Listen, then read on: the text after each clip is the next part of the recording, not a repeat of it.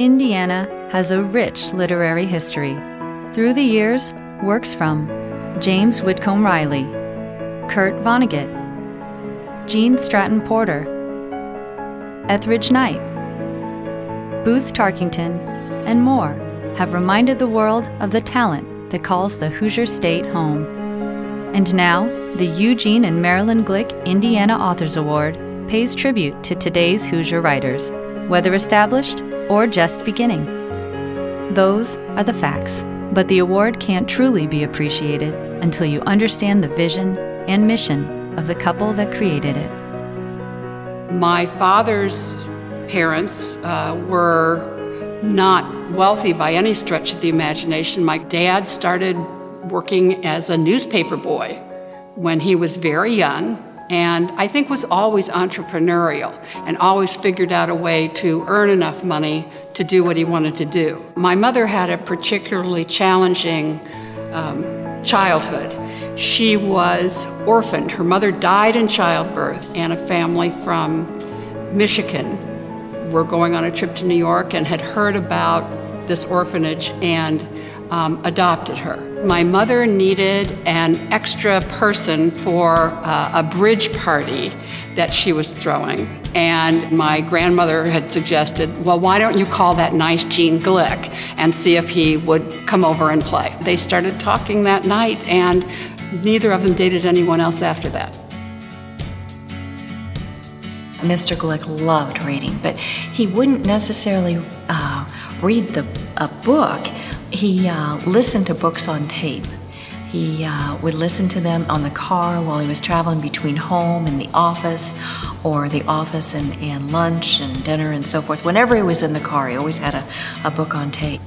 I was really impressed with my mother, who didn't just dictate. Dad dictated most of his, but Mom typed hers out herself and would work with the editor on getting it just the way that she wanted it. But she had a pretty clear picture. I think my folks had always been as generous as they could be. Beginning in the 1980s, I think there was sufficient funds that was the time that they started their own foundation. The Glick family and the company have been very supportive of the Library Foundation for many years. They also supported us on an annual basis for our summer reading program, which is one of the best in the country. Mr. Glick would allow me to have lunch with him a few times a year. After a while, I got to know the routine. Mr. Glick, as many people here in the community, especially the not-for-profit community, know that Mr. Glick had lunch at 1:45 each day, and he had specific places that he liked to have lunch. And so therefore, I always made sure that I had a snack in the morning when I would go to meet with him. And I always knew that when I would get there, that he would be there right on time. So I made sure I was never late. Mr. Glick called me many years ago, asked me to come out and meet with him. I went out to meet with him, and he told me about this idea he had where he wanted to recognize Indiana authors and for their talents and their contributions to this state. I think we were all very pleased to see so many people in the community who were coming together to celebrate the library, to celebrate Indiana authors. It was the culmination of something that both of my folks had been wanting to do for a long time. Well, being an author is often a solitary, lonely life, and even being nominated was an honor. And then on the night when my name was announced, it was quite a shock to both me and my wife. I was lucky enough, though, to be able to express my appreciation to the crowd and to the Glicks themselves.